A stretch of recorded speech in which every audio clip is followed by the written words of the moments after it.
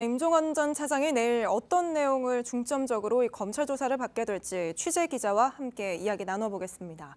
법조팀 강현석 기자가 나와 있습니다.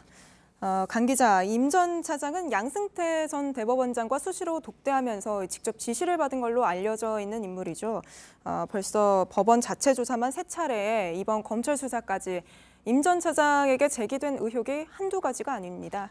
네, 말씀하신 대로 한두 가지가 아닙니다. 화면을 보면서 좀 이야기 나눠볼까 하는데요. 먼저 상고법원에 반대를 했던 판사들의 뒷조사를 지시한 의혹이 있습니다. 또 부산 법조비리 관련 재판에 개입했다 이런 의혹이 제기됐고요.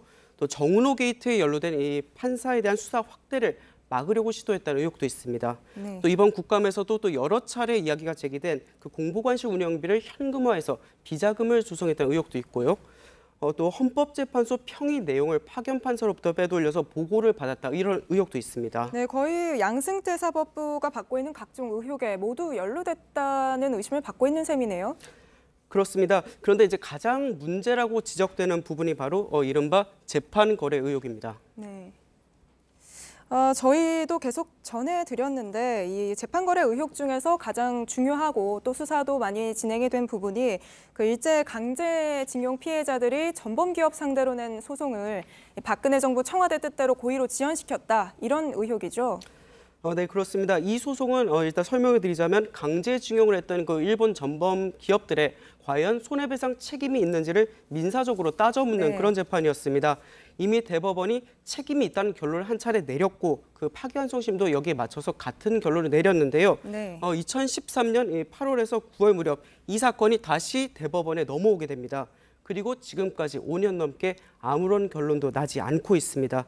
임 전 차장은 당시 박근혜 정부 청와대와 이 논의를 거쳐서 소송을 고의로 지연시키는 데 개입했다 이런 의혹을 받고 있습니다. 검찰이 근데 내일 당장 임 전 차장 불렀다는 건 이런 혐의를 뒷받침할 만한 물증과 진술을 확보했다는 뜻으로 보이는데요. 좀 어떤 것들이 있습니까?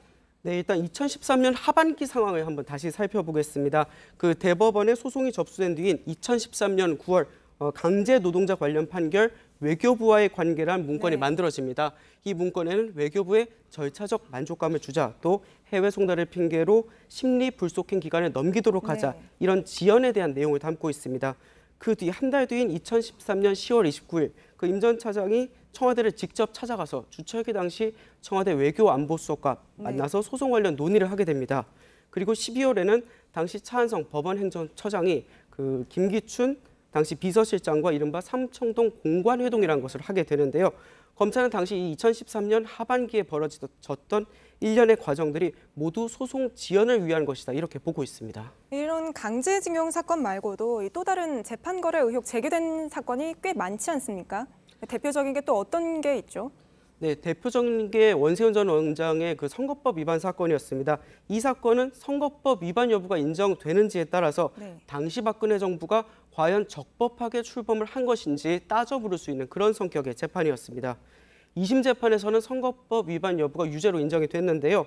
임 전 차장은 2015년 2월 그 원세훈 2심을 분석한 그 보고서를 이를 대법원 재판을 지원한 연구관한테 참고하라고 보내게 됩니다.